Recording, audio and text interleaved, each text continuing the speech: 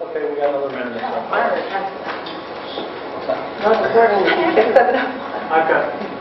said. Oh, is it seven? Sorry. Please stand for the pledge. Yes. Okay. Put that on your list.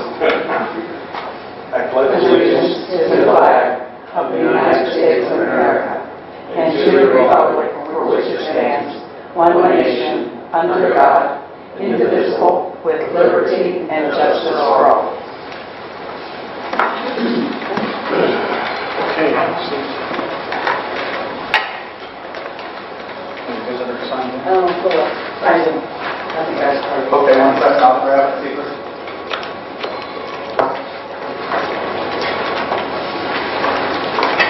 Okay, Paul, if you don't mind talking while I'm walking back to my seat. And I gave you each a copy of what I'm going to speak about so that you have that. Last night at our executive committee meeting, the WA has come up with an idea of another way we can get some money in the hands of our students in the form of a scholarship, or even possibly, if we have extra money, to help fund community services. What we would like to propose at this time, a program that will be handled, administered by WA, so there's no time to the districts in that sense, that on Friday, teachers that would choose to wear jeans could pay $1 into a fund, and then we feel very confident that with money collected, we'd be able to offer a $500 scholarship. This would be in addition to the 2 $500 scholarships we already give every year for students that are going into the field of education. This one would be to a senior who has the most community service hours outside of the school district. We know this is now part of their requirements, and so we would see for the senior that has the most community service, it would help motivate our students to meet this community service goals. We believe there would possibly even be enough money to fund 2 of these scholarships, and if not, then any extra monies that would be left over could be used to help fund. I know a lot of the buildings do a needy family at Christmas, give money towards that. We could start out also the community food cupboard that is used by both Atwater, Randolph, I think it's called the Randolph-Suffield Community Food Cupboard. That extra monies could go to that if we didn't have enough for 2 entire, or if we had enough for 2 scholarships and extra money. That would go also for that at that point.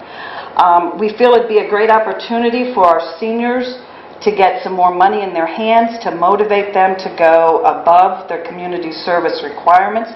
We think it would be us setting an example of giving and helping towards the community also as the teachers. So that is what we would like to propose at this time. If you have any questions or that. Yes. Because we already have a jean schedule in place, and that's once a month, would you be willing to do $4 once a month if we don't decide to change or expand? Because that would probably afford the same amount of money. It would just be less frequently. So you would up the $1 so we could still have a scholarship for the kids. I could talk certainly to the membership about that, Matt. I know that they felt strongly about the Jeans Day, on Friday. We do realize that there are some Fridays they need to be professional and need to, whether that be some type of assembly that would require that. And then, of course, on those days, we would not expect them, to wear their jeans. But I think it was more the motivation from the membership, from my membership that I heard through the executive committee, was that they would like to be able to do this every Friday and kick in the $1. But as we said, we found a way that we think it could be a win-win for everybody. Okay. Anybody else any comments or questions? Okay. Thank you, Cora. I don't believe there were any other no other visitors that registered. Anybody else want to have anything? Even though you may not have signed in, you're certainly welcome to speak at this time. Okay then, at this time we'll call to order the regular meeting of the Waterloo Board of Education. Roll call please, Tom. Duff. Here. Whittlesey. Here. Pusateri. Here. Fletcher. Here. Jones. Here.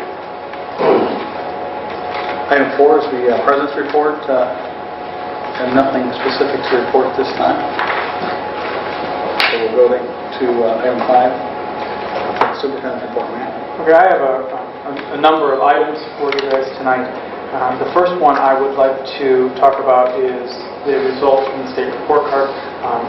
You all have all seen it, but on the August board meeting I said that we went through the parts, and then this board meeting I would present the results and the final results. And they are up online.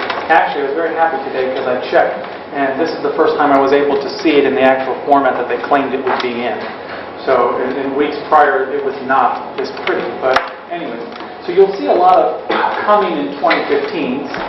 And when I talked last month, I talked about how this is going to be an ongoing process, and they're not giving us an average right now. So they're just giving us individual components. Some things that we thought we would do pretty good, and we did. Some things that we thought we were going to be struggling with, we are.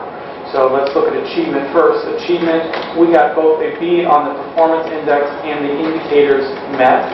So I was very pleased with that. That's an area that we're doing very well in, and we should be proud of that we're getting those grades for that area. If you go down to gap closing, on the other hand, we got a D. And that's the area that I presented that would be an area of concern for us. It was an area of concern in the past, and it continues to be an area of concern. I will tell you that I was happy it wasn't math, if there's a positive spin on this. And I think that we're continuing to look for innovative ways, but that continues to be a focus area for us. K-3 literacy, they're not reporting on right now. We're doing third grade guarantee right now, working on it, but that's going to be a big push for the state. Progress for value added, overall is a C. The lowest 20% in achievement, so those are our lowest performing students, they showed a progress of a D. So we're struggling getting those lowest achievers to move forward throughout the year. Graduation rate is also a B, which is paired up with that achievement. So when you put it all together, I don't know if, right now you've got 4 Bs, 2 Bs, 2 Cs. So I don't know if we would land in the C range or not. And I don't even know that I can speculate that because they don't know how much each component is going to be weighted. So I'm fearful to even tell you what we might be. I can just tell you right now there's some things that we're pretty strong in. There's some areas that are continuing to be a focus. So if anything, this is just another layer of evidence of where we need to be pushing our efforts. And one of the efforts right now is the subgroups that we're serving, the economically disadvantaged, and the special education population. That's something that we know that we need to really put a concerted effort on continuing to improve. Questions? The gap closing there, it says basically is every student succeeding regardless of income, race, culture, or disability. Do we have the information to break that down? Is it the students, is it the students that we're not doing real well with there? Is it more the disability, income? I mean, it's those two areas. Those two. And it'll break it down to give you where the greatest need is. And I thought that you could click on this report and go into more detail, but I don't know if you can only do that in the building data. Okay. But that is available, and those are just our two areas that are the biggest focus. But you could pick one more than the other. But I don't know if it really would be that prudent because they're both areas of concern. But there's much more data than what you're seeing right here that's available. Yes. Any other questions? So there's where we sit right now. That's all I have to show you. A big long presentation up there, which many of you will be very happy with. But I'm moving on because the list is long.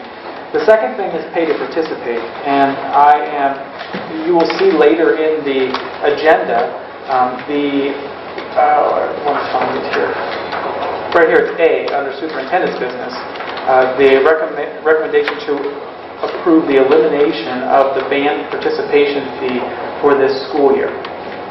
The rationale behind that is that through changes in House Bill 59, there was clarification on what homeschoolers could participate in and what they couldn't participate in.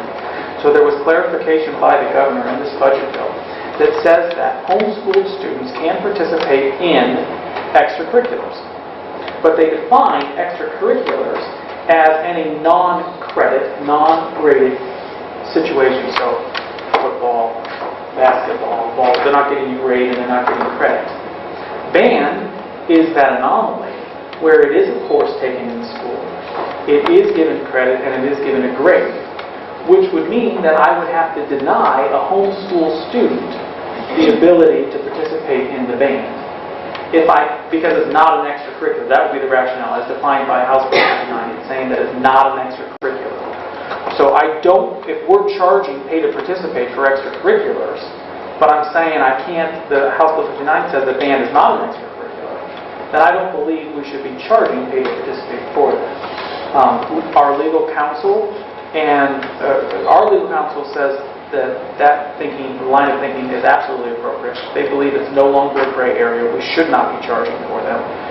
Additionally, other counsels that I have sought out from other superintendents are giving the same advice. So I think to be true to the changes in the budget bill, we should adhere to those recommendations. And just as a matter of clarification, this is not only just the marching band, but the band in general, right? Like the jazz band, the orchestra, It's all together. It's all together. So the marching band is just one facet of our band program. Correct. And our council said that we could separate out marching band and make it optional. And if we did that, then we could still charge the pay to participate if it was an optional program. In my opinion as superintendent, I would never come to you saying that that's a good idea because I think we would lose our marching band. I think if you made it optional, they would just pick the concert band. And I know that the marching band is a big component of the culture of Waterloo. And I think that it's something that I think that many people are very passionate about, and I would hate to lose that. But that is an option. I just didn't think it was a very good one. Does that affect the fact that we pay an extra supplemental? Thank you. I couldn't think of that for band, for marching band. No, I don't believe so. Are you talking about in the contract that we're paying for supplementals? Correct. I don't believe so. I mean, that's a supplemental, the same as football coach and chess club or whatever. I mean, it is a supplemental, which is for extracurricular activities. I can check. I didn't ask that specific question. So are you saying that if it's not optional, then there wouldn't be a supplemental for it? Is that what you're... Right. And I didn't ask that specific question, but I can talk to Maria, because Maria is the one that wrote the memo that I included in the update. I could ask her that tomorrow. Well, and for the most part, marching band happens, during school, but it also happens after school. Which is where the gray area comes in. Not so much, during August, but just mostly on Friday nights, because usually the band does not stay afterwards. Well, Tuesday and Thursday, I think they stay They stay after for a little while. Yes. So the concert band, there is no extra time other than the concert, so... So maybe the supplemental is to compensate the director for after-school practices during the school year and Friday night games, and then additionally stipend for band in the month of August that is outside of the scope. But I can check just to make sure and firm that up for you. Yeah, it's just kind of because I don't have a concrete answer. Well, do we have to vote on this tonight? You do have to vote. Well, yeah, because that's separate. That's a separate concern. What's on the agenda for this evening is recommendation for the elimination of the participation fees. Now that is going to affect our bottom line because we have two things happen. We reduce the pay to participate fees, one. Two, we're taking the band population out of those projections. So when the 5-year forecast is done in end of October, that will be reflected in those numbers. But I want you to know that this decision, even though I think it's legally the most appropriate action, is going to affect us in some way through the course of the 5-year forecast. I see under item P, that's where we're doing the supplemental for the band director tonight. Right, because that wasn't done previously and he had already started. So I think we should still move through with that and then get counsel and then we would change it for the next meeting if they feel like we should. But it would be very hard, in my opinion, to not pay him for services already done. If we're just taking action now, we would have to prorate it or do something like that. Well, that's how come it's such a gray area, because he deserves the supplemental. I mean, what happens there, there's a lot of work and a lot of energy and a lot of effort put in, a lot of extra time. I mean, when I got here at court 25 after 6, there were people out practicing, stuff like that, and so there's a lot of time and energy, so it's just one of those things. So I think tonight, I guess my recommendation tonight would be because that should have already been done, my recommendation would be to vote on that and include it, and then if we have to prorate anything for what he's done with the changes we made tonight, then we'll do that in the October meeting. Is that feasible? Could we do something of that nature? Are those percentages set with the contract? Yes. Which means that we would have to have active discussion with the bargaining units, because if we wanted to remove that, that would be something that would be jointly. Or even if we wanted to change the amount? We have the right to fill them out. We should talk about this further after we get council advice. Okay. Any more questions on that? Okay, the next fun subject. I emailed all of you a random drug testing policy. There is an updated one that I just got today as of 6 o'clock. For everybody's benefit, I guess. I started talking about this during the safety committee meeting last week, and I introduced the idea of possibly bringing policy to the board that would allow us to engage in a random drug testing policy for our athletes. It's another layer of protection. It's another option to try to encourage students to make good choices. I found out on Monday that I could widen that and not just test athletes. I could test anybody who's in an extracurricular and anybody who has a parking permit. That's what they're looking at case law, and that's what the trend is across the state, is that they're including all extracurriculars and parking, anybody with a parking permit. This is a very sensitive issue. I am not bringing forward an idea tonight that we should pass this. I'm bringing forward a policy. And I think I would like to just walk you through it, because I got it at 6. It's similar to the one you had previously, but I would just like to skim it real quick and then everybody can hear. And then I think we should just have further discussion on it either tonight or in subsequent meetings. The impetus for this is that I believe it is our moral obligation to try to protect children in as many ways as possible. And I'll say it again, so it doesn't say to me, I'm not saying that we have a problem that's unique to Waterloo. I'm saying that I believe that kids experiment regardless of where they are, whatever community, an affluent, an urban, a rural, a suburban, kids are going to engage in risky behavior. If a policy such as this discourages that type of behavior, it's just another, tool in the toolbox to try to protect our kids. So what this policy, as I'm reading it, is suggesting is that we, I'm going to read the goals, so I'm on page 2. So the policy is being implemented to accomplish the following goals. Providing for the safety of all student participants and athletes and activities they participate. Providing the safety for all student participants that drive at school. Providing for the safety of all students. Providing student participants the opportunity to become leaders in the student body for a drug-free school. Deterring the use of drugs and providing support for students who test positive for drug use, and undermining the effects of peer pressure by providing a legitimate reason for students to refuse to use illegal drugs. So we talked a lot about in the safety meeting about bullying. We talked about the pressures that the kids are under. If this could be a reason for them to say no, I would think that would be okay. I'm all about giving them more reasons to make good choices. So there's some things in this policy that are not fleshed out yet. For example, it could start in any grade to grade 12. In my original thought, I would say let's start in 9th grade. And then Todd and I were talking a little bit more. And when you look at our drug awareness program, DARE starts in 6th grade. So maybe, and there's a reason it starts in 6th necessary, because if they're getting into heavy drugs in high school, they're probably exposed to drugs at a younger age. So maybe we should do 7 to 12. I don't have an answer for you right now. It's a blank for a reason. It's something we should consider. And then it asks us to define interscholastic athletics and extracurricular activities. That's something we'd have to do before we move forward. We would just list them? So everything that would be included under the auspices of this policy. Parking privileges would be anybody who is driving. So I think if we, for example, if we can't include band because we just voted that it's not an extracurricular, 50% of the band students will be accounted for if we include parking, because 50% of them drive as juniors and seniors. I think that's kind of made me feel better about that.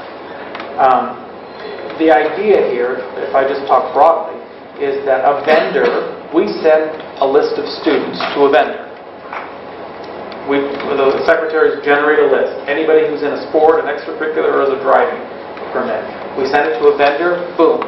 The vendor assigns them names or numbers, puts it into a computer program, and the computer program randomly selects the students. We do not. And that's very important. And to protect all parties involved. We cannot pick the students. The students then are notified that they were selected. You'll notice in the back of the policy, parents have to sign consent that they are aware of the random drug testing policy. If their number is picked, so if Matt's number is picked, my parent can sign a removal form that says, I don't want Matt to be tested even though he was selected. If they sign that though, if they remove, then they're out of extracurriculars, sports, and they don't drive. So if your number's picked, you don't have to be tested, but you have to remove yourself, which means that now you sign that I don't want my student tested, so now they're not participating in any of those activities. So to be able to participate in the activities, they have to agree that they will participate if their number is picked. So it protects the parents in a way that they have control of whether or not their student is actually tested if their number gets picked up. But at the same time, there's consequences of those decisions, because you would say as a board that you believe that the random drug testing policy is something that we should engage in. That's another layer of protection. That if they're not engaging in risky behavior, there would be nothing for them to be worried about. So if at the beginning of the year, the parent signs the form saying, no, we don't give you permission, Then they don't do the sport. they don't do the sport. They don't do the extracurricular, and they don't drive. They don't, okay. Don't do anything. What's the frequency of this We can computer-generated thing that... we can pick those. So there can be, that is to be determined as a board of how often and how many. That's all up for our discretion. Do we have any idea of what kind of a testing it is? Is it a oral swab or blood? It's urine, because the Supreme Court's case law supports that. So it says this.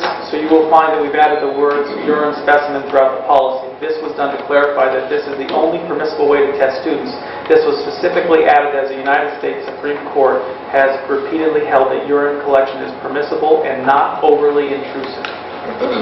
So our consortium has really spent a lot of time looking at case law, because this is such a sensitive issue. We want to make sure that we are not violating any rights of the students. So I guess that's important, and that's why it's taking them so long to do a turnaround on any revisions I'm asking them to do. So let's say the number's picked, the student gets selected.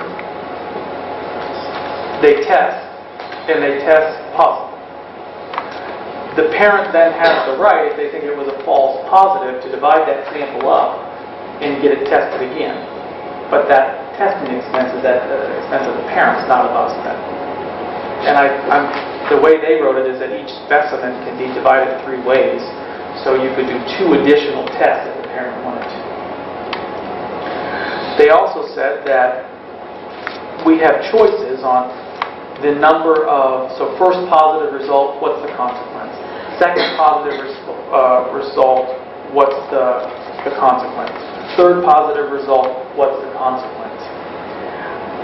Something I want to tell you is that it's noted that there is no consequences from school, so they can't be suspended, they can't be expelled if there's a positive test on one of these.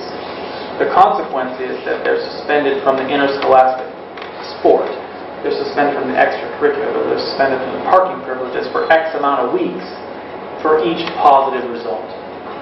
And we pick that as a board. So you could say, if there's a first positive response, then they're suspended for 2 weeks. Or it could be 4 weeks. Or it could be 8 weeks. The second time, then it could be, I would think it would be more progressive as each positive result occurred. It also talks about the whole idea that we can give them counseling, or we can recommend a counseling service to try to get them help, which I think is a bigger component. So if they're positive, it's confirmed, obviously they're engaged in risky behavior, how can we offer them support then to try to discontinue that type of behavior? So that is also in one of the, I guess one of the options for consequences. So this is a draft policy that I'm asking you to review, and I think if it's something we want to move forward, we have to flesh out the details.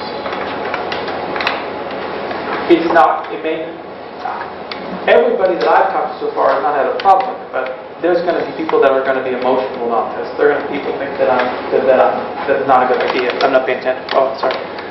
There's people that are going to be upset about that. And that's something that you as a board have to weigh out which you, the 5 of you, are most comfortable with taking this into consideration. My opinion, then I'll let you comment.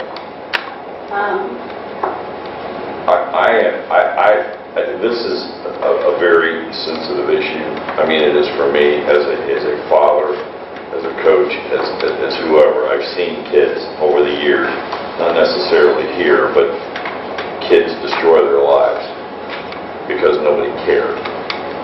And I think that if we could do something to help them, let's do it.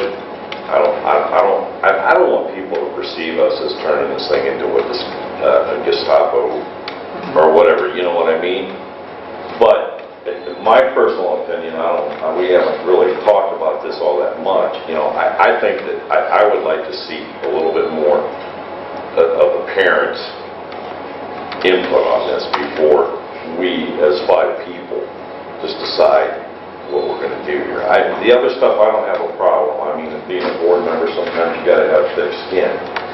But I think this is sensitive enough to where we need to get the public's buy-in. Just so you know, as you saw on last Wednesday, and with the video also, that was used, I asked the heads of the Waterloo Community Action Committee to specifically go out and start gathering feedback about this idea. And I asked the people while it was poorly attended, the people that were present at that safety committee were very much in support of it. But they were also the ones at the safety committee. So that would be a skewed opinion, right? I mean, we have to address that.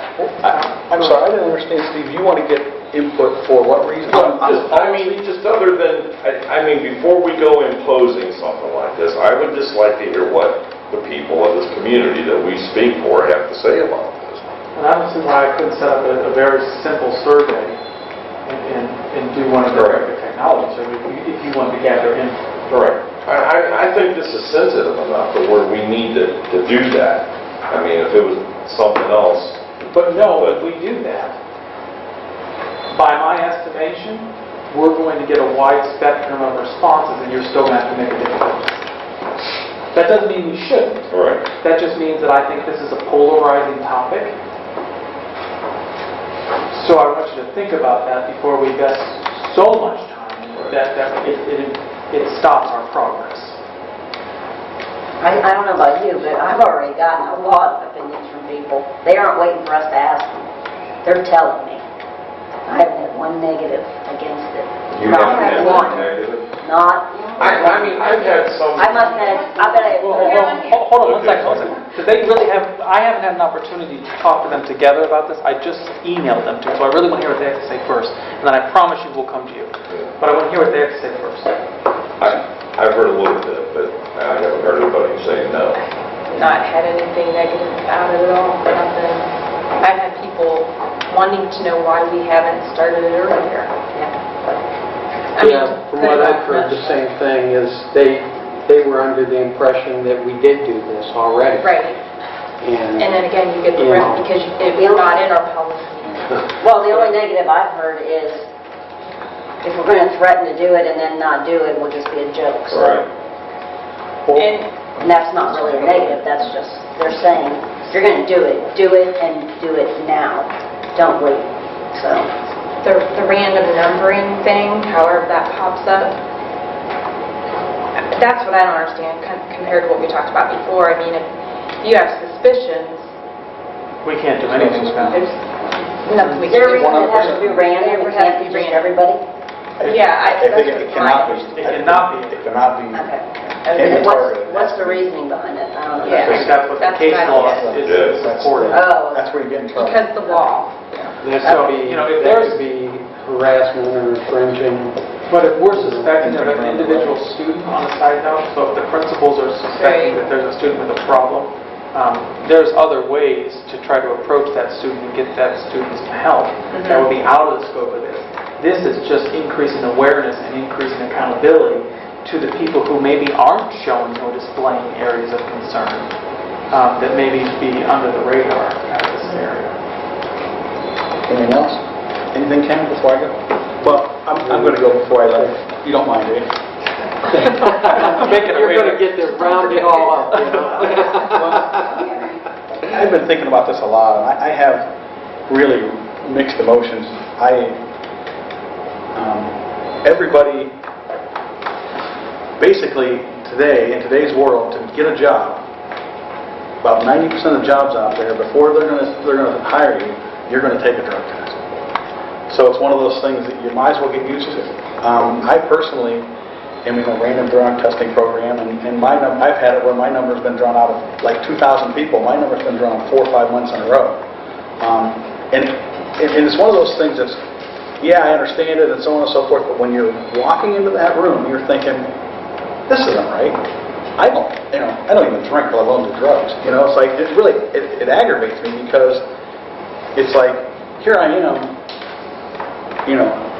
I'm being penalized, for lack of a better word, because there's other people out there who are doing things they shouldn't be. And it aggravates me a little bit, and it's kind of, I feel funny about it, but I want to say that from a standpoint of fundamentally, I agree with it, but when you're going through it yourself, and it's like, why don't we just take care of the people doing it? And then the people that aren't, we wouldn't have to, but I think that... Can I talk to that for a minute? Well, 1 second. I've noticed I let everybody go. I was ready to argue with you already. Having said that, though, I think that I think fundamentally I agree with it. I think the key is that we set it up to be helpful, because more often than not, the use of the drug or legal substances is not. It's a symptom of something much bigger, right? Which I think And I think that's, if we can set it up to get to that bigger issue and really help that person with what's leading them to the drugs, then that would be my goal. Let me say that would be my goal for the first failed test or positive first test, failed test. But then I think eventually you got to have some pretty good bite to it too. So, yes, please go ahead. I talked to 2 different deputies. One was in the K-9 unit, so he's in drug task force. He does it alone in Portage County. Talked to another officer. Both of them, I asked them, what do they think about this? And I got a very positive response from both of them.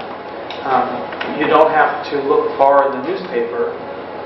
You don't have to look far in this day and age to know that it's prevalent in any area. there's sometimes I wish I didn't read the paper. So what they were saying is that it is a concern, and it's another way to address the concern. The other thing I want to say is that, if I can prevent somebody in that parking lot from being safe, or when I have a 4-year-old and a 3-year-old every Tuesday and Thursday that I have on either side of me, that I'm walking my kids across that parking lot, to know that there's some layer of this kid might think twice before engaging in this risky behavior that might save a kid's life. These are their own kids. I think that's something we need to think about. I just think there's kids that are under the radar that we're not seeing. So it's easier. So it's hard for me to say, let's just go after. We are going after the kids who we think have problems. We are trying to help them. These are for all the kids that it's hidden for a long time and nobody knows. My nephew, where my brother's kids go to school, they have it for all the athletes. And they've had it for several, like I think 5, 6, 7 years. So they've been through some of those problems. You gave me his name. Yeah, I know it's a big issue with them is the fact of why they view it a lot. Not they. A lot of the people within the school system, I should say, view it as picking on the athletes. But I think that, like I said, as long as it's set up to help the person, that's really the key. And it seems like that's what it is. But yeah, well, I mean, there's 3 different chances for you to get a positive result before you are removed from interscholastic sports or driving. I think we need to really focus on what program we send them to. Just years ago, we had. I'm trying to think how to say this without. Years ago, we may have had a student that was caught with alcohol or this or that, and part of their punishment was they need to take some counseling, those kind of things. And I don't know if it was a student or was the punishment or it was the counseling center or what, but that didn't last very long. So I think that we need to make sure we find some good resources for them, maybe the county can help us to refer them to that have some success rates. It's not just going in there, collecting some pamphlet and somebody saying, do you have any problems, and they leave, and they do that they do that 3 or 4 times every other week or whatever. I think it needs to be something that is pretty regimented and difficult for them. Okay. Yes. Okay. First of all, I objected very strongly to the presentation to the athletes the first day of school, how it was presented. Second of all, I believe we're innocent till proven guilty. We shouldn't be assumed guilty because the parent doesn't want to sign a form. Well, what would they be afraid of? That is ridiculous. That is assuming they're guilty unless they will take the test. It's absolutely opposite of how we're supposed to operate here. The athletes are in programs after school. There are studies that show it's when the kids go home, they're unsupervised, that's when they get into drugs. So more than likely the athletes wouldn't be the ones doing it. I entrust my child to the people here when he comes here. When he's not here, he's in my care. So he's not going to do drugs here more than likely. I don't think there's a rampant drug problem during the day here.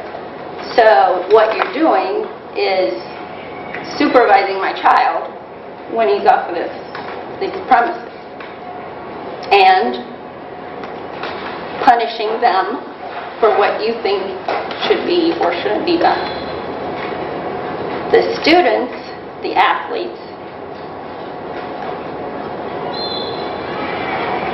they're going to say, oh, it's not a big deal. My son would say, I don't have a problem. It's not going to affect me, right? Except if I sign that paper, I say, that's okay. Prove your innocence. And that, to me, I'm telling my son, it's okay for people to make you prove that you didn't do something wrong. I object to that very strongly, and I probably won't sign it, and he probably won't participate. And he'll be very angry with me.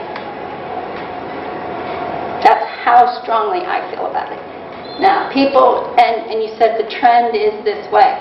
Well, if the trend is the schools are doing this, that argument is like everybody's doing it. That's the same argument for kids today. They say, oh, everybody's doing it. So you're using that same argument just because schools are doing it, just because people do it, just because they throw out a net and see who they can catch, doesn't mean it's the right thing to do. I understand the point. I don't object to, wanting to keep kids safe and all that. What I object to is these people do, just like you said, these ones do it wrong, so let's punish everybody and maybe we'll get the ones that do it. It happens where I work, somebody does something wrong, you know what, we're going to do this to everybody. I object to that very strongly. If somebody does something wrong, take care of it. Don't put it on me because I didn't do anything wrong. And this is what this does. That's my objection. And evidently these days people just hand their freedoms away. Just here, take my right to my child. He's in my care. He's not, you don't take care of him when he's off these grounds. You don't pay for his health insurance. You don't take him to the doctor. You don't have to buy his clothes or his food or anything else. That's my job. It's my job to make sure he's not going places and doing drugs. It's my job to teach him. It's your job to teach them here. That's my feeling about it. Do you want me to respond? Or we just taking that? Well, I was going to ask a question, I think. Sure. Okay. Thank you, by the way, for your, it is Any investment. We got a levy passed, we've been here for years and years and years, we needed money. They passed a levy for you, and now this is going to be an expense, I'm sure. It's not for free. And also, you said the parent, if they get positive, you can do a follow-up test at the parent's expense. Again, why should I have to pay to prove innocence? I've got to think how I want to ask this, because I don't want it to come off wrong. But I guess, what would you suggest? I mean, if okay, you don't like the policy, a random drug testing scenario, what would you suggest? Just continue the way we are? Is that? Do we have a rampant drug problem going on here? Or is it just because it's a trend that everybody's drug testing, so everybody thinks everybody should drug test? Or do we have this problem that nobody's talking about I don't know. that should be talked about, evidently? I don't know if we have a problem, but I think that statistically speaking, anytime you get a certain group of people together, statistically you're going to have a certain number of people who are using drugs, a certain number of people who are doing this. You and I have gone to this school, I don't know what. A couple of years, yeah. Were there kids that did drugs when we were in school? You pretty much knew who they were, too. I don't figure it's that much different these days. The drugs might be a little different, but basically, it's statistically, it's probably the same. If not, probably less, because there's more education.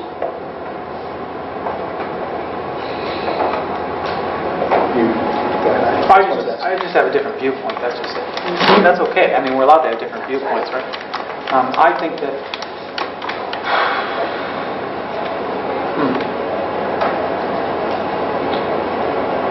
it's no secret that suicide rates are going up. If I took many times, I mean, we have the boxes, the ski boxes that are put around the room, or there's 3 in the building where they can drop anonymous notes off of kids that are concerned about other kids.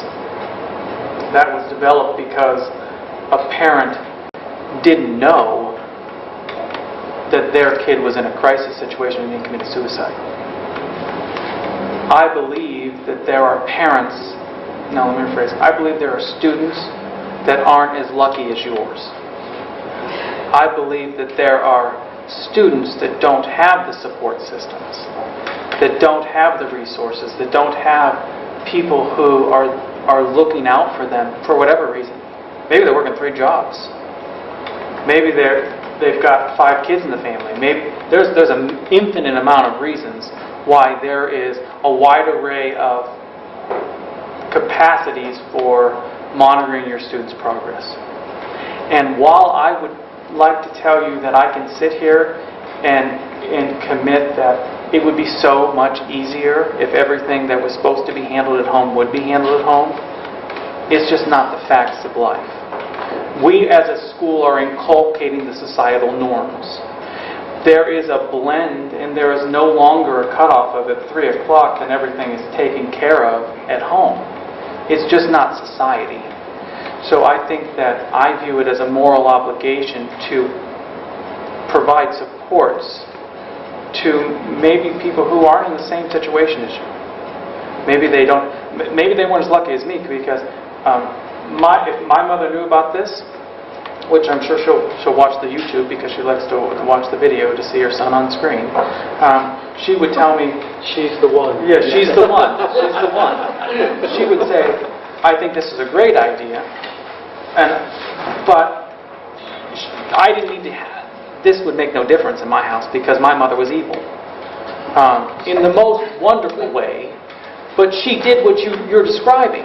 She did everything you described. I just don't think that everybody in our community or in any community is as fortunate as your student or as I was growing up. And when I graduated, there were students who did drugs. But I think there's a population of students who are doing it under the radar who are not the ones we suspect. The good kids. And if I can cause some kind of concern for a good kid, or any kid for that matter, to question their activity because it may affect them by some silly policy that 9 times out of 10 probably won't catch anybody, that question, that moment's thought of, do I really want to do this, may be enough of an investment. And I'm just dancing right now. I'm dancing with you. I'm just sharing my point. You probably still won't agree with me, but I want you to. I agree with giving up the assumed innocence, and I will never agree with, because this happens here, you have to pay for it. It's diametrically opposed to everything that I believe. Well, I just don't think we're going to find a middle ground. So I think you should take this viewpoint under consideration, because there's going to be the wide array like I talked about. Well, I mean, you have to just weigh out that. I can understand her point of view. I mean, I got 4 kids. I have 2 kids still in the school. And I am not going to sit here and tell you that I didn't experiment with stuff when I was their age.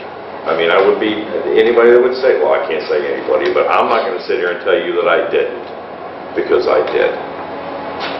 But I was one of the lucky kids. I had a great friend of mine when I was a freshman at Field. They called it huffing back then. I'm sure that some of you weren't even born then. But he took a lunch bag full of Kleenex, sprayed a can of Silver Right Guard into this bag, and huffed it, and died.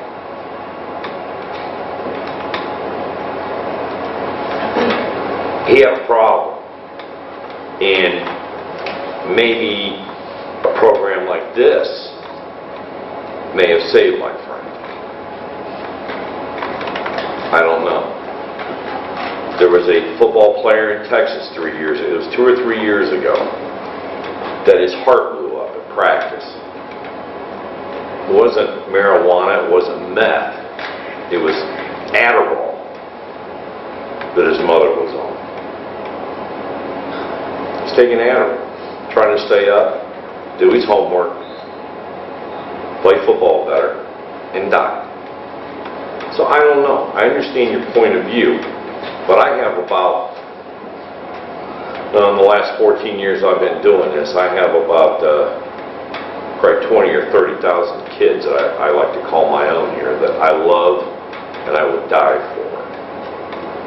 And if I saved one of those kids, if just one, by doing something like this, I understand. I'm a personal friend of Ted Nugent. Okay? I've been through the Ted Nugent School of Tact, which means I have 0. I am not about giving up rights. I am not about giving up rights at all. But you know what? I lead a busy life, and so does my wife. And we try to do everything we can for our kids. I have 4, so that one-on-one time just isn't there as much as I'd like to be, but we chose. I tried to get a girl and ended up with 4 boys. But, I mean, my mom and dad loved me, and they spent a lot of time with me, but I still did this stuff. I was raised in church from the time I was a week old till I was 18 years old. I was told that I shouldn't drink, I shouldn't smoke, I shouldn't do this, I shouldn't do that, I shouldn't do that. And as soon as I got the chance, I did it. But that was me, because somebody told me I shouldn't do it. There's a lot of kids out there like that. You know, it just infuriates me that we have to sit here as a board, or parents, or members of the community, and we have to sit here and talk about this kind of stuff. But you know what the reality is that there's kids dying every day because nobody gives a damn. So, you know, I respect your opinion. I'm all about not giving up rights, but I don't know. I've got mixed feelings about this. If we can save a kid's life, that's what I want to do. You know, there's a lot of things. I'm a busy parent. There are things that slip through my fingers. I'm not saying nothing. I'm talking about me. If this saved my kid's life, I think it's the greatest thing in the world. So I don't know. I agree, Brian. I don't know what to do. I think it deserves a lot more discussion, but serious discussion, and we try to come up with the best solution we can. I think also, as a board, we've been frustrated in the past because the types of drugs that the kids are using nowadays are not able to be picked up by drug dogs or by things. This is the only way that sort of thing can be picked up. They don't pick up pills. They don't pick up if they're drinking alcohol. They do not. I mean, there's so many drugs out there nowadays that the only source we have at this point is to, look at them and say, well, you might be doing drugs, but that's discrimination, so you really can't do that. And I agree, in my day, you knew who the ones were that were doing drugs because they were proud of it. Nowadays, they hide it. And the only source we have, other than hearing someone say that might be and be suspicious, is to have drug dogs come in, and we've had that. And they just don't pick up the things that we're hearing that the kids are doing. At the same time, I get your point with the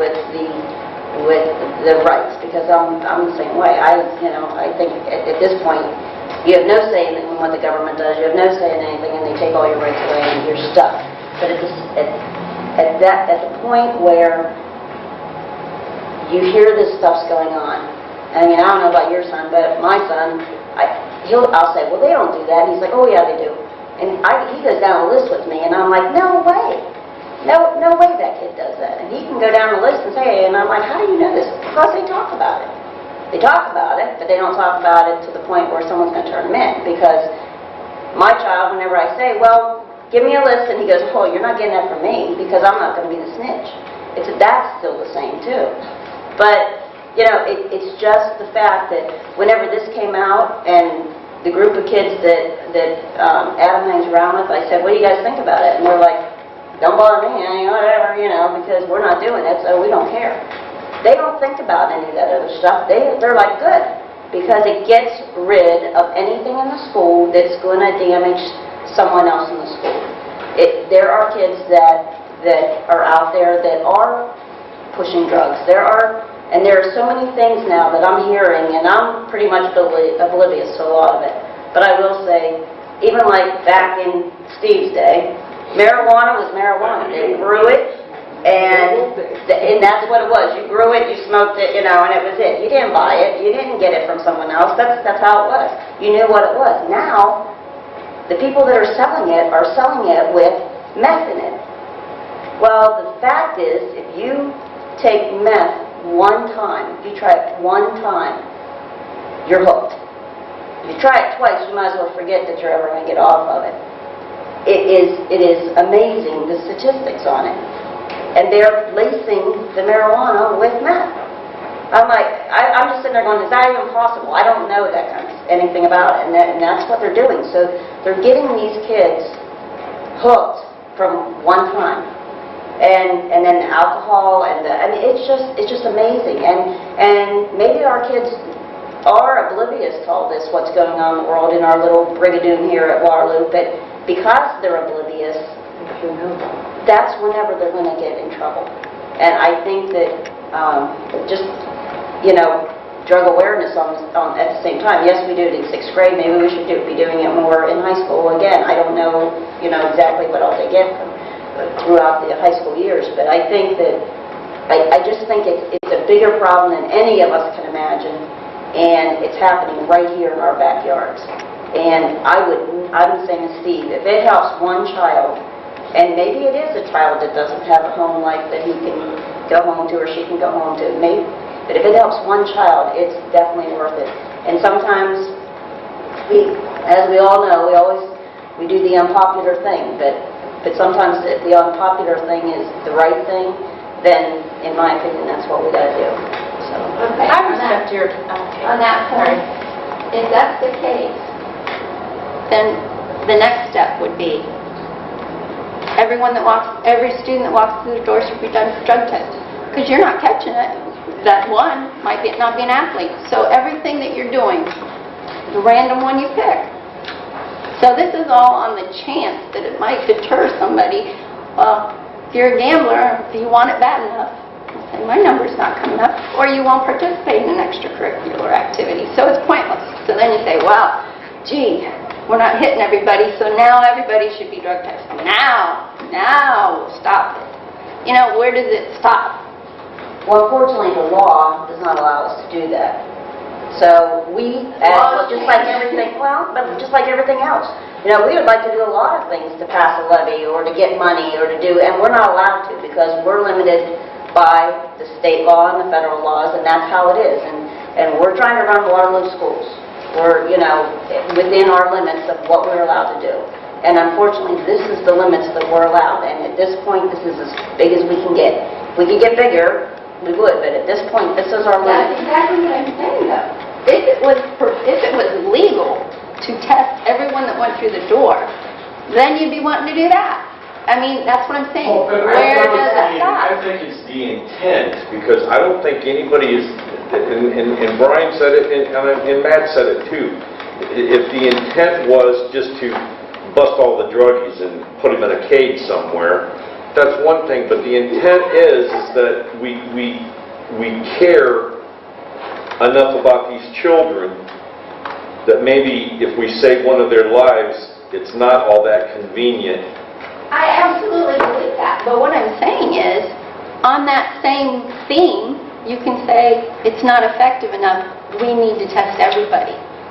Well, I mean, in essence, we do to a certain extent because we have drug sweeps with the dogs that come through our buildings already, and that's been commonplace for years.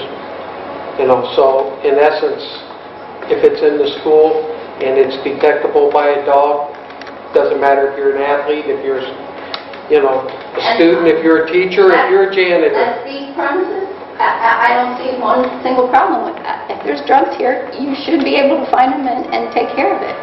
But what this is Joey went to a party on Friday night and somebody gave him a sip of beer and his number came up.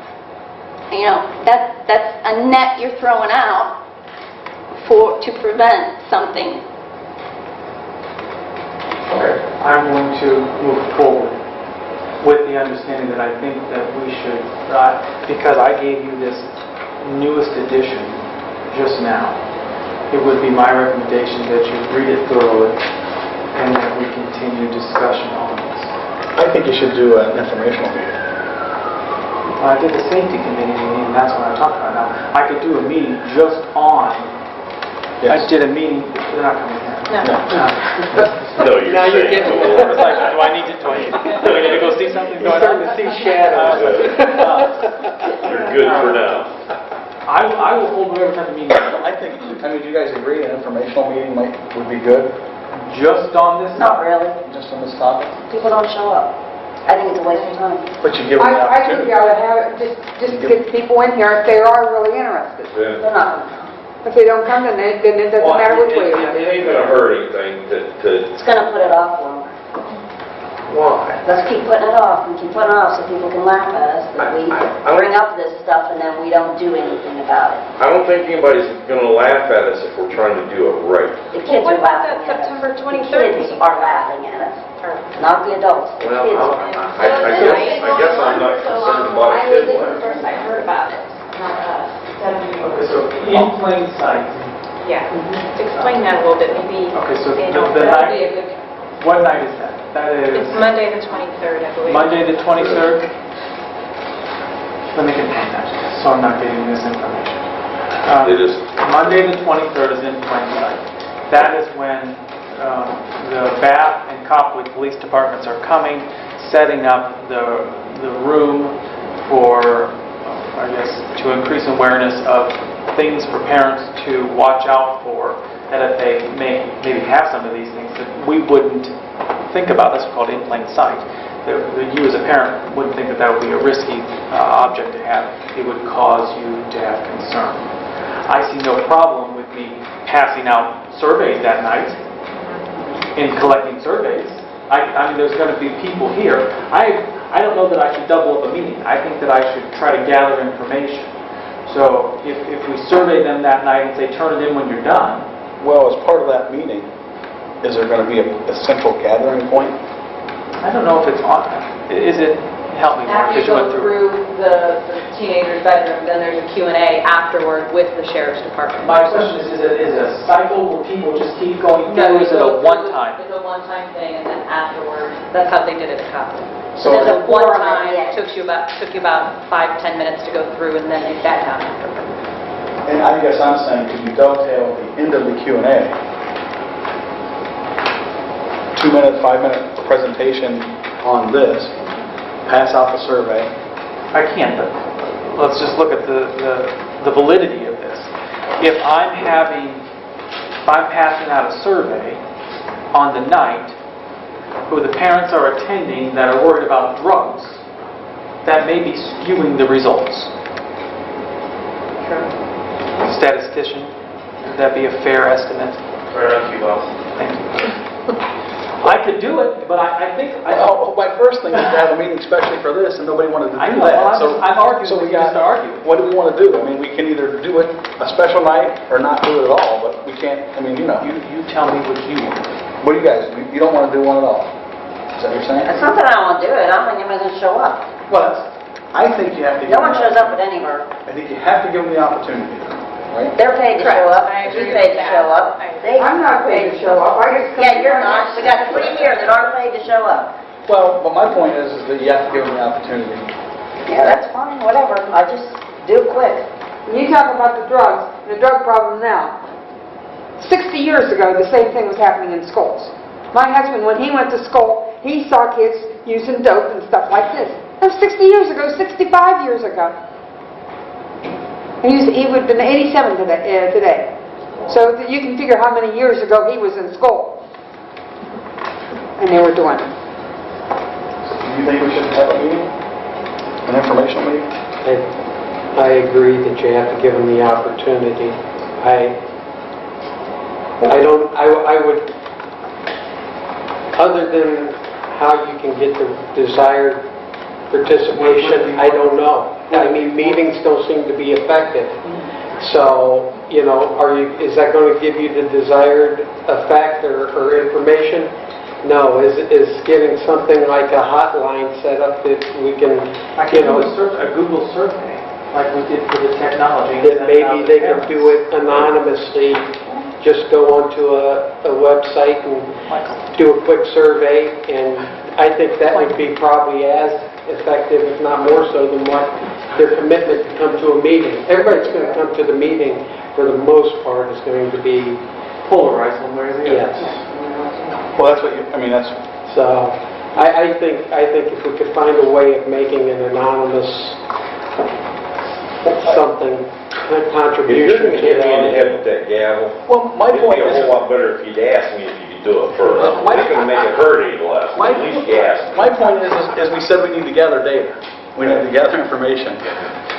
And I've thrown out 2 or 3 options, and everybody's beat them up. So I don't know how else to gather, we said we need to gather the data. So how are we going to gather So the your data? Google Docs questionnaire I mean, goes that's to my who? frustration. I don't We know. could, however, set it up, because he sent out stuff for parents.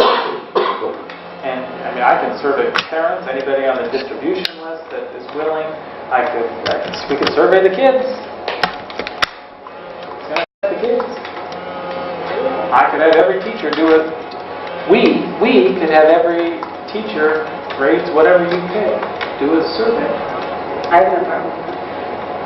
I think that's addressing our need to have as much input as possible, and, the need to turn this around quickly, so that, that it's not perceived as though we're sitting on our hands and can't make a decision, because a decision's going to have to be made. We're either going to have to move towards this and be confident, or back away from it and just say, this is not something we're going to do at this time. I don't want to halfway do it. Has to be next board, in my opinion, it has to be next board meeting. We need to either, right, do it. I don't think they'll wait that long. Or sooner. It's important to do it once and do it right. So Why, okay, let's say someone is doing drugs right now, I don't even know. How long does it take to get alcohol in your system? How long does it take to get it pot all in your system? depends on the... I don't know. I have no clue because I've never had that issue. So you're saying they may let's stop say doing we say the next board meeting, we're voting October 10th on, or whatever it is, we're voting on it. Well, if it takes 30 days to get you out of your system, I'm like, hey, I got a month free. I can go for another month before they make a decision. I can go for a month before they decide who this vendor is. I can go maybe 3 more months before they test me, because they can't make up their mind what they're doing, and they won't move on it. They threaten. I don't know what we you tell keep them saying we're about gonna do it. moving. We talked about it 2 weeks ago, and we got a I'm policy. just saying, if we wait That's for... moving pretty quickly, in my opinion. Yeah, but if we wait till October, that's a whole month away. What would you have done different? I'm not 2 saying weeks that. ago, we brought this up, and tonight we got a policy, and now you're criticizing us saying we aren't moving. That's not what I'm crazy. saying. I'm saying if we wait till October, we're not moving fast enough, is what I'm saying. That's what I'm saying. I think if we wait till October, we're getting, okay, let's say that your mom says to you, okay, Brian, on October 10th, I'm going to decide if you're going to get a spanking for the last week of what you did. Okay? So you got 3 weeks off, don't you? No, I'm going to be good for those 3 weeks to avoid it. No, you only get judged on that 1 week. If it takes 1 week to get alcohol in your system, and October 10th is whenever your mother's making that decision, you've got to October 3rd to be bad. Because come October 10th, last October 3rd, you better be good for that week. That's what I'm saying. That's what the kids are saying out there. That's You know what they're what, I'm saying. almost 55 years old, and I could care less if a 13-year-old kid's laughing at me. So No, that's not that the is point. not my motivation. My motivation is, if we're going to do this, we better make sure that his butt is covered, because he's the one that's going to sit in the courtroom. And I am not going to sit here and be part of a board that's going to make a hasty decision on something important as this, and that is it. I'm not saying make a hasty I'm not decision. I'm doing it. saying don't tell them when it's going to happen. We didn't tell them anything. So what if we You are. What if we say this? What if we say we will continue discussion? We will continue discussion. If we do a survey and we get the results back before X, we can hold a special meeting. We can do that with 48-hour notice. We can, even if I don't have it until October, then the next time we talk about it is October. It would be contingent upon when we get the data back, because that's going to take time. So if that takes a week, then if it's ready, and I say, do you want to have a special meeting? And you guys want to have a special meeting? You have a special meeting. If you don't, you wait. I can't tell you I just don't know how long it's going to take to get to what you're requesting. I can tell you it'll be timely. I can tell you it'll be done before next board meeting, though. It's a question of when. I mean, you send out the survey and you say you got till a week or whatever to I can, get it done. we can control the window. I can take kids to a computer lab tomorrow if it was done, but I'm not doing it. So we could, if it's done on Monday, we could take it. I told them that they don't have to do it tonight. We could do it Monday and the kids could have results instantaneous. We're going to have to give the kids, I can't drag a parent to a computer, so I have to give them a little bit more time. I mean, how do I say it? I think that I'm more concerned about the parents than the kids, as far as I'm concerned, because, you know, hey, I think it's really more of a, I mean, in my opinion, I would want the adults, the parents' opinion more so than the kids. So then you have to give them a bigger window, that's what I was saying. Well, yeah, I mean, a week, so. I think a week is sufficient enough. So we send it out sometime Monday, we ask for it to be done on Friday. And then I'll have it in the update. And you could even do an alert now saying it's on there. I can do whatever you want. Yeah. But Everybody listens to those. Well, I would think everybody would listen. If I do it at 6:45, Kids sure went to school yesterday morning. everybody listen to that alert now. But, you know, I guess my point is that I don't want to leave here saying we need to talk some more and then drag it out. I think we want to have a resolution and a plan to do it in an expedient manner. I agree, I'm not saying rush it. I'm just saying, if you give them a date, I don't care if you guys think all the kids in this school are stupid. They are not stupid. They are smart. For the most part, they are smart, and they know what their parameters are. If they want to be bad out in those hallways, they know which cameras don't work. They're not stupid. They know what corner they can go to be bad at. They're not stupid. They're smart kids. They know what their parameters are, and if they want to get around them, they can figure out how to get around them. So then let's say that's what I'm we saying. will bring this policy with results at the latest on the October meeting. Yes, and if we can do sooner, that's We fine. will.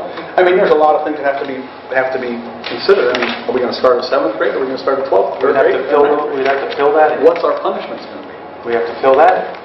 When did they start the DARE program? At the beginning of the 6th grade, or that's more towards the end of 6th grade, right? Middle. Not till spring. Middle. 7th grade would probably be the earliest I've ever seen Yeah. it start. I agree. But yes, I mean, we have to pick a vendor. Yeah. I mean, there's a lot of things to We haven't do. even talked about what it's going to cost. Well, that's part of the poaching a couple vendors, yeah. Okay, I'm going to move on with the understanding that we will revisit this at the latest of the October board meeting. And we will make a decision at that point if we're moving forward or if we're not moving forward.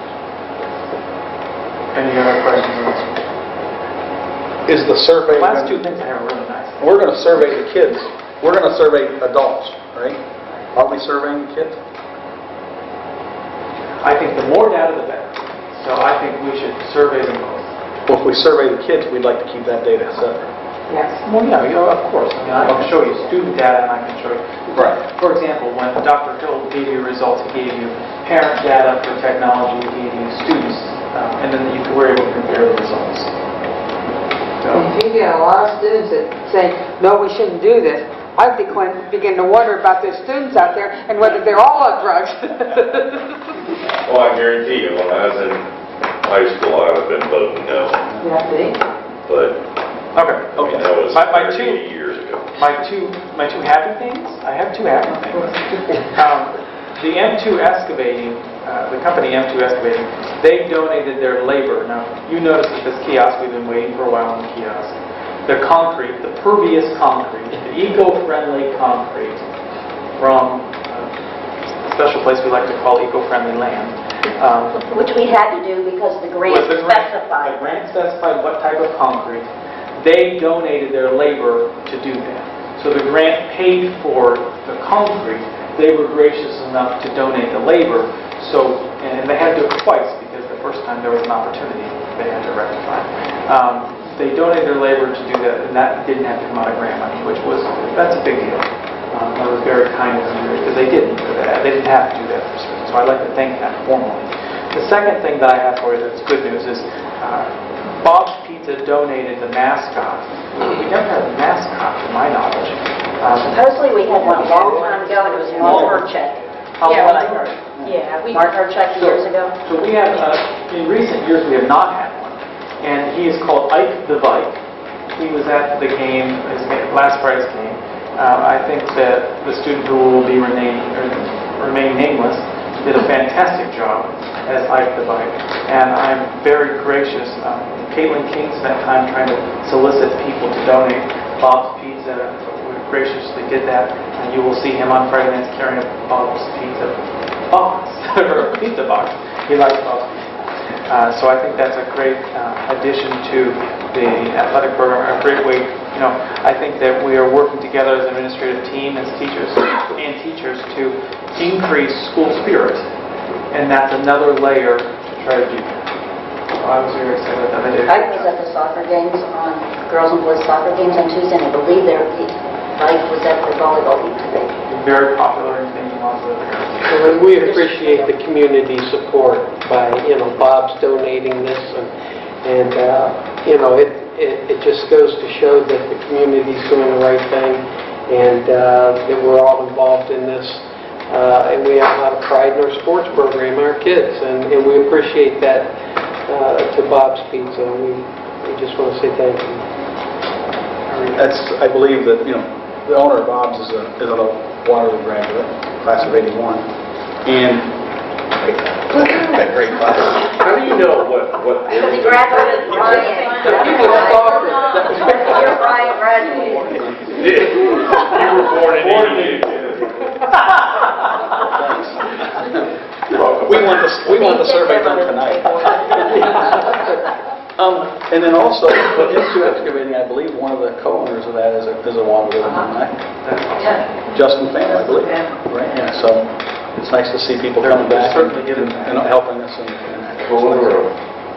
What'd you say? M2X. Oh, okay. So, And that is the end of the drama that I'm going to cause for you right now. I'll have more of You it. sure are a troublemaker. Amy never did this. yeah. Thank you. Thank you. I'm good. You're welcome. Okay, treasurer's report. Unlike Matt, I did not cause issues. Yeah. The numbers all add up. So maybe next month. But we need to add to the consent agenda under superintendent's business, under O&P, and under treasurer's business on the consent agenda, item E. And we also added the executive session that wasn't on there, on the original. Okay, great. All right, anything else, Tom? No. We'll go to Diane for the Maplewood Career Center update. okay, last month we talked about the JVS, the boards have changed to being elected, to appointed with criteria to be met. Everyone currently on the Maplewood board pretty much meets the criteria. There appears to be a lot of gray area as to who will be permitted to be appointed. So we have our meeting next week, and I'm sure we'll talk more about that there. We did not have a feature program this last month because we're still not in school. And right now they're researching new programming options, and animal science is going to be reviewed. It seems to be a good fit in this county, and if all goes well, it'll be marketed this fall. And if enough students show interest, Maplewood will start preparations for the 2014 and 15 school year. Would that be like a pre-vet kind of thing? Mm-hmm. Oh, that sounds Yeah. really So I think it's going to be a big hit up there. And they were also trying to look into oil field, but I think that's going to happen right away. So that'll be a nice new program that they will add hopefully the next school year. And that's all I have. And have the minutes for everybody from our last meeting. So you'll meet the criteria? I should, because of being the business owner and being in that same field that they have up there, but anything can change at any given moment. So, I'm sure you'll go right home and read it. Yes. Thank you. Okay, legislative update, Kim? Okay, just to be brief, so Right now, there's 55 bills down in Columbus waiting. So far this year, we've enacted 5 bills, namely the biennial budget, school records for abused and neglected dependent children, election laws, just Senate Bill 10, head injuries for youth sports and third grade reading guarantee. Those are the items that have been enacted so far. Of the 55 that are being monitored, nothing is coming out of committees as yet. I went through a complete list today. There's not a whole lot of movement. Some of the interesting things to keep an eye on is House Bill 237, which is the Common Core Initiative. That has to do with academic standards, and it's not pending on any committee action as yet. There's a number of different items that Senate Bill 35 is going to address special elections to eliminate the February and August, the ability to conduct special elections in February and August, and that's pending in one of the Senate committees. And there's some other interesting things. If you ever have an opportunity to go on the bill tracker, you can see what's pending, and you can actually click in to read the bills and practice all your attorney legalese. Some of the things are very difficult to decipher, but the gist is that they have some pretty creative bills in there so far this year, and some of it is things that will probably never come out of committee, to be quite frank. But there is a lot of interesting things. So if you have an opportunity, check with the bill tracker, and if there's anything in particular that you'd like to expand on, let me know, and I can do some research on it. Okay. Thank you. Thank you. That brings us to new business. I know Steve has something he wants to... Yeah, I too will be brief, if you believe that. In today's paper, I just grabbed this when I was sitting down to... My wife made the most awesome meatloaf. Anyway. Brief. I know, brief. Front page record Courier, state penalized giving millions to innovative schools. And they have a website in here, short, sweet, and to the point. They've got $100 million this year and $150 million next year that they want to give away to schools for us being innovative and creative, and that goes along, probably something along with we're sharing Todd with Field. You know, they want to talk about innovations and education and saving money and this and that, and basically it's dangling a carrot in front of us trying to, you know, but typical of government fashion. I mean, you can see the deadline dates that we have here. And, I mean, they just, the governing board had their first meeting yesterday, and from what I can see, by October 4th, we have to have an intent to apply for this grant. And then, yeah, that's like 3 weeks. And then, I gotta look through and see what all these stupid headlines mean. I can say that because I've worked for the state for the last 27 years. I know what stupid means. Application deadline is October 25th. So, you know, if you guys want to I'll say this, at the county, we're having active discussions that if we were to, so the ESCs in general are looking at how you can combine up or partner up, right, and then increase your odds for maybe getting selected for some of these monies. So it's something that we are talking about. I think we should look at individually and then also more of a global look through the county. Historically, though, I think in these types of environments, the charter schools and the urban schools have a greater chance for success. So that's why I think that the combination of several districts together would be advantageous. I talked to Russ Bennett on who's the superintendent of Aurora, on Monday, and he was running through some scenarios. Well, what it says here, applicants will be subject to a rigorous screening process with a focus on projects that solve... Is there a drug test? I'm just kidding. Don't start.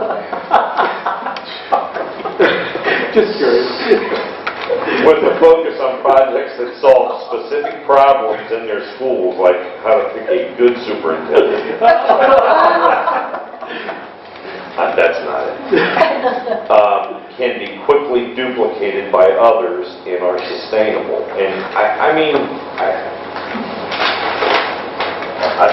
hate for us if they're dangling $100 million in front of us. You know, we have that grant committee that Andrew started. And who? I just, you know, I don't... That's interesting. I mean, we haven't, I talked to Paulie Moss a couple times on the phone in August about different things and scenarios we're running. There hasn't been an official meeting yet. I was going to try to do it before the end of September. Maybe with this information, we could kind of get them together and see if there's Yeah, I guess, you know, all this stuff, I try to go through this very quickly, and it's very confusing to me.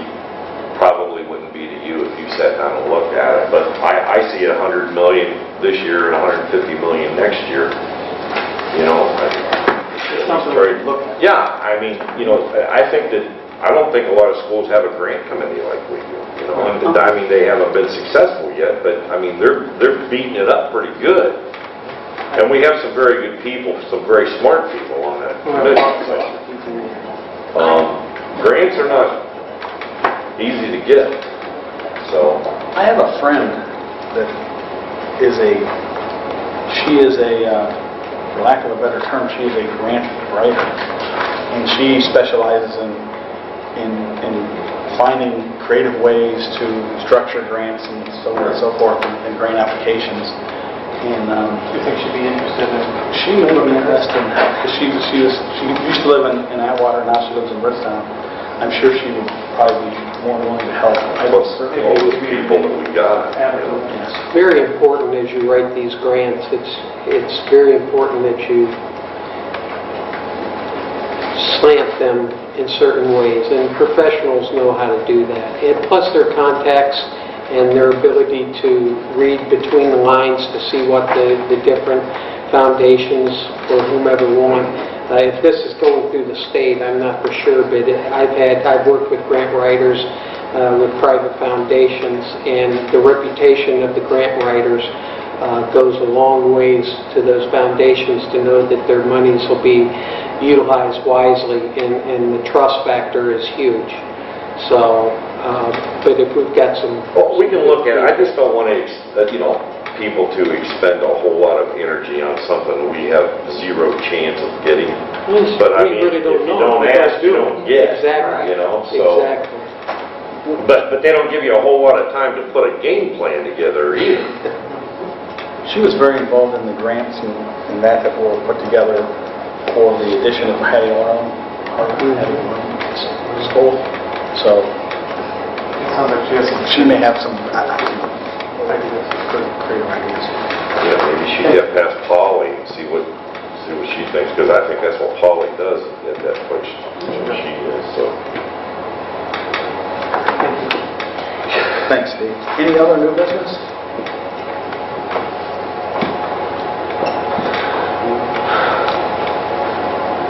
Okay.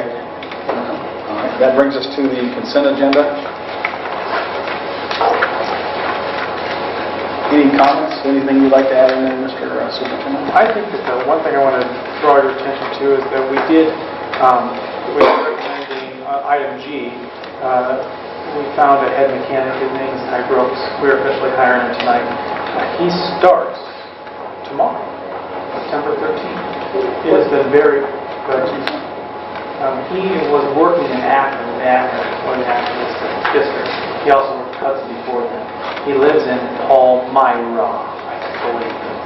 And so he is starting tomorrow, and the bus car's been kind of quiet lately, so it'll be nice to have those days open and full of activity again. I just found there's snacks out there tonight. Carpenter showed me, so I'll be out there, don't worry. That's a fact. I heard I saw there's a whole box of stale fortune cookies that someone offered me the other day. That's true, I refuse, they offered it to me too, I refuse. I didn't eat it. It's just, but that is the, Oh, they did. that's the only thing that I would tell you that I'm going to make sure that we know what's inside the letter start. Great, thank you. All right, can we have a motion to approve or accept the consent agenda as presented? I will make that motion. Second. Any comments or questions? Thank you for the exercise of you guys' work of finding a head mechanic. Appreciate that, getting to that. Okay, roll call please, Bob. Gump, Yes. Whittlesey, Yes. Wussiterri, Yes. Fletcher, Yes. Jones. Yes. Okay, that brings us to item 11. May we have a motion to recess an executive session to discuss employment? So moved. Second, please. I'll second. Comments or questions? We will not be making, we do not intend to have any business, conduct any business upon reconvening. Sure. That's a fact. Great. Okay, roll call please. Gump, Yes. Whittlesey, Yes. Wussiterri, Yes. Fletcher, Yes. Jones. Yes.